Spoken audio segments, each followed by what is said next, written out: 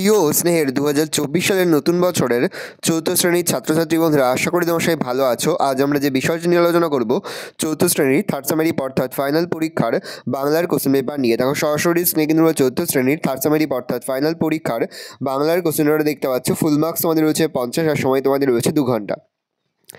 একে দাগে রয়েছে কবির নাম সহ আদর্শ ছেলে কবিতার প্রথম 8 লাইন মুখস্থ লেখো। প্রশ্নের মান 1+4 = 5। দেখে নাও, আদর্শ ছেলে কুসুম কুমারী দাস। আমাদের দেশে হবে সেই ছেলে কবে? প্রশ্নবোধক চিহ্ন। কথায় না বড় হয়ে কাজে বড় হবে। মুখে হাসি বুকে বল, তেজে ভরা মন, মানুষ হইতে হবে এই তার পণ। বিপদ আসিলে কাছে হও আগুয়ান, নাই কি শরীরে তব রক্ত মাংস প্রাণ। হাত পা সবারই আছে, মিছে কেন ভয়, চেতনা রয়েছে যার সে কি পড়ে রয়। পরে রয়েছে 2 দাগে সঠিক উত্তরটি তলায় দাগ দাও। প্রশ্নের মান 1 করে 1 × 3 = 3। জ্যোতির নমামার নাম হলো সনাতন অনাথ না শূন্যত অনাথ। নাদের আলী ছিলেন একজন মাঝি মিস্ত্রি না পুরোহিত মাঝি। ওগো শোনো ড্যাশ পেতে, কান মাথা হাত ধুতে কান। সে তীরচিহ্ন দিয়ে কস্তম্ভের সঙ্গে খস্তম্ভ মিলাও। প্রশ্নের মান 1 করে 1 × 3 = 3। স্বপন বুড়ো হবে অখিল বন্ধু নিয়োগী। ছন্দের জাদুঘর হবে সত্যেন্দ্রনাথ দত্ত। নীল লোহিত হবে সুনীল গঙ্গোপাধ্যায়। 4 দাগে শূন্যস্থান পূরণ করো। প্রশ্নের মান 1 করে 1 × 4 = 4। মায়াদ্বীপের অপর নাম ড্যাশ উত্তরে বনভাসী দ্বীপ। ঘুমের ড্যাশ বুলিয়ে আসে গুটি গুটি থেকে কাজল। ঘুমের কাজল বুলিয়ে আসে গুটি গুটি। ট্রাম ছাড়া একটি পরিবেশ বান্ধব যান হলো ড্যাশ উত্তরে মেট্রো। নতুন চটি পায়ে দিয়ে ড্যাশ যতীন খুব সাবধানে রইল প্রথম দিন। 5 দাগে রয়েছে নিচের প্রশ্নগুলির একটি বাক্যে উত্তর দাও। প্রশ্নের মান 1 করে 1 × 5 = 5। মতিলাল মজুমদারের লেখা 2টি কাব্যগ্রন্থের নাম লেখ। উত্তর হবে স্বপন পশারি ও হেমন্ত গোধূলি। তাহলে মতিলাল মজুমদারের লেখা 2টি কাব্যগ্রন্থের নাম স্বপন পশারি ও হেমন্ত গোধূলি। মায়াদ্বীপ গল্পটি কোন বই থেকে নেওয়া? উত্তর লিখবে তার বড়রা যখন ছোট ছিল। যতীন কোন জিনিসটি যতদিন সম্ভব টিকিয়ে রাখতে হবে? তার ঘুড়ি। মা যতীকে কোন নদীতে স্নান করতে নিয়ে যেতে হবে? গরুই। কুসুম কুমারী দাসের জন্ম ও মৃত্যুসাল কত? উত্তর হবে 1885 সালে জন্ম আর মৃত্যু হচ্ছে 1948 সালে। 6 দাগে রয়েছে নিচের 3-4টি বাক্যে প্রশ্নগুলির উত্তর দাও। প্রশ্নের মান 2 করে 2 × 2 = 4। কথকের মায়ের অনেক সুসুখ দেখা হয়ে ওঠে না কেন? কথায় না বড় হয়ে কাজে বড় হয়ে বলতে কবি কী বোঝাতে চেয়েছেন? 7 দাগে রয়েছে নিচের প্রশ্নগুলির উত্তর নিজের ভাষায় লেখো। প্রশ্নের মান 3 করে 3 × 2 = 6।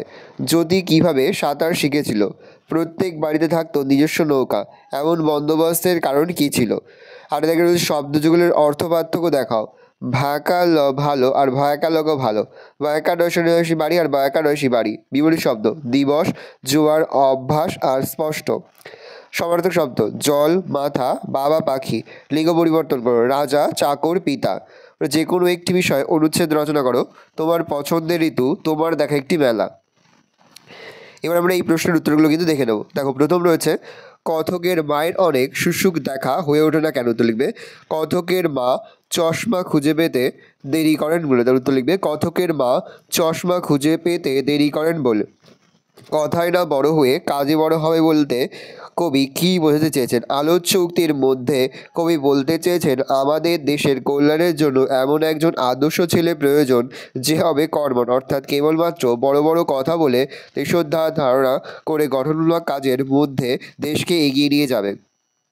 জ্যোতি কিভাবে সাঁতার শিখেছিল? জ্যোতির মা তাকে দিনের শেষে গরুই নদীতে নিয়ে গিয়েছিল। কি শীত কি বর্ষা, মায়ের ভ্রুক্ষেপ নেই।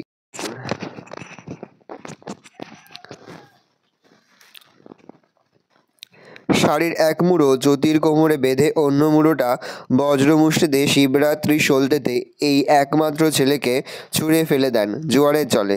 ঢেউগুলি ফেনা মেরে ঝাঁপিয়ে পড়ে আর আপ্রাণ লড়তে জ্যোতি যখন প্রায় অবসন্ন হব সপাউট সাঁতারুর মতো তার মা তীরের বেগে এগিয়ে গিয়ে ছেলেকে তুলে নিয়ে যান। এইভাবে জ্যোতি সাঁতার শিখেছিল। যে প্রত্যেক বাড়িতে থাকতো নিজস্ব নৌকা। এমন বন্দোবস্তের কারণ কি? নদীর ধারে বসবাস থাকায় যাতায়াতের একমাত্র মাধ্যম হলো নৌকা। এই কারণে প্রত্যেক বাড়িতে নিজস্ব নৌকা থাকতো। শব্দগুলোর অর্থ পার্থক্য দেখাও। ভালো, তোমার শুভ হোক মঙ্গল। ভয়কা লগা ভালো, ভালো লোক, ভালো মানুষ। বাড়ি, গৃহ, আলয়। বয়কার হয় সেই বাড়ি হচ্ছে জল। বিপরীত শব্দ লেখো। দিবস হচ্ছে রাত্রি, জোয়ার হচ্ছে ভাটা, অভ্যাস হচ্ছে অনাভ্যাস, স্পষ্ট হচ্ছে অস্পষ্ট। সমার্থক শব্দ হলো দুটি করে। জল হচ্ছে বাড়ি সলিল, মাথা হচ্ছে মস্তক শীর্ষ, বাবা জনক জন্মদাতা, পাখি পক্ষী বিহগ। লিঙ্গ পরিবর্তন করো। রাজা রানী, চাকর চাকরানী, পিতা হচ্ছে মাতা। পরে রয়েছে তোমার প্রিয় ঋতু। আমি শরৎকাল লিখছি। শরৎ বছরের তৃতীয় ঋতু। ভাদ্র আশ্বিন এই 2 মাস শরৎকাল। বর্ষা বিদায় নেবার পরই শরতের দেখা মেলে। এই সময় আকাশে ভেসে বেড়ায় পেঁজা তুলোর মতো সাদা মেঘ। আকাশের রং এই সময় থাকে গাঢ় নীল। এই সময়ে বাঙালির শ্রেষ্ঠ উৎসব শারদীয় উৎসব। বাতাসে ভেসে বেড়ায় পুজোর ছুটির আমেজ। এই সময় বাংলার মাঠে মাঠে সবুজ ধান খুশিতে নেচে ওঠে। বাগানে শিউলি, কামিনী, হাসুনহানা, টগর, মল্লিকা, জুঁয়ের অপরূপ শোভা। পুকুরে শতপাপড়ি, মেলে ধরা শতদল শালুক।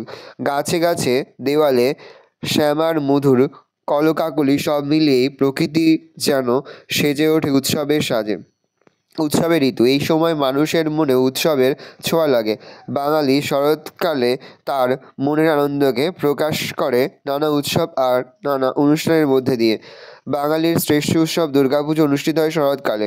পুজোর 4 দিন প্রস্তুতি চলে বহুদিন আগে থেকে। পুজোর দিনগুলিতে বাঙালির মন আনন্দে ভরে ওঠে। শেষ পয়েন্ট করবে শরৎ উৎসব আর আনন্দের ঋতু।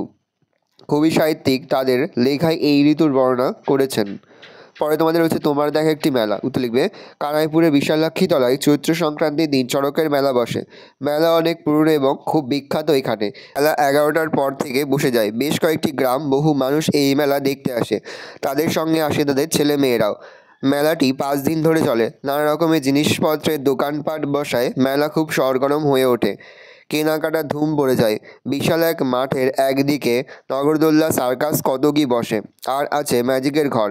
খুব ছোটদের জন্য হাজার রকমের খেলনা নিয়ে বসেছে অনেক দোকান। আমিও ছোট বোন বাবার সঙ্গে এই মেলায় একবার গিয়েছিলাম।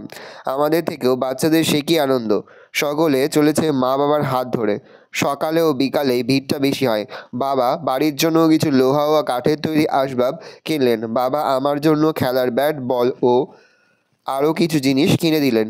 আর বোনের জন্য কিনলেন একটা সুন্দর জাপানি পুতুল ও রঙিন চুড়ি। বাড়ির জন্য কিনলেন একটা সুন্দর মাদুর। সবশেষে বাবা আমাদের গরম জিলিপি খাওয়ালেন।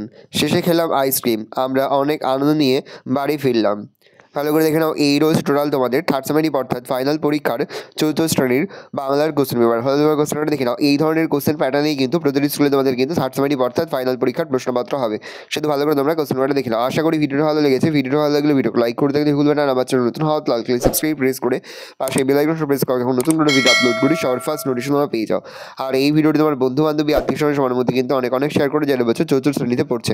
আমরা কিন্তু ইতিমধ্যে 4th শ্রেণীর প্রতি বিষয়ে সিলেবাস, প্রশ্নপত্র এবং নমুনা প্রশ্নপত্র কিন্তু আপলোড করে তোমাদের এখনও পর্যন্ত। সেই ভিডিওগুলো না দেখে থাকো, ভিডিওগুলো কিন্তু তাড়াতাড়ি দেখে নাও। তোমাদের সকলকে জানাই আগাম পরীক্ষার অনেক অনেক শুভেচ্ছা এবং অভিনন্দন। আশা করি সকলের পরীক্ষায় খুব ভালো হবে। একেবারে ভিডিও শেষে স্ক্রিনে তোমরা একটা প্লেলিস্ট দেখতে পারবে। তার উপরে ক্লিক করলে সমস্ত ভিডিওগুলো কিন্তু তোমরা পর পর দেখে নিতে পারবে।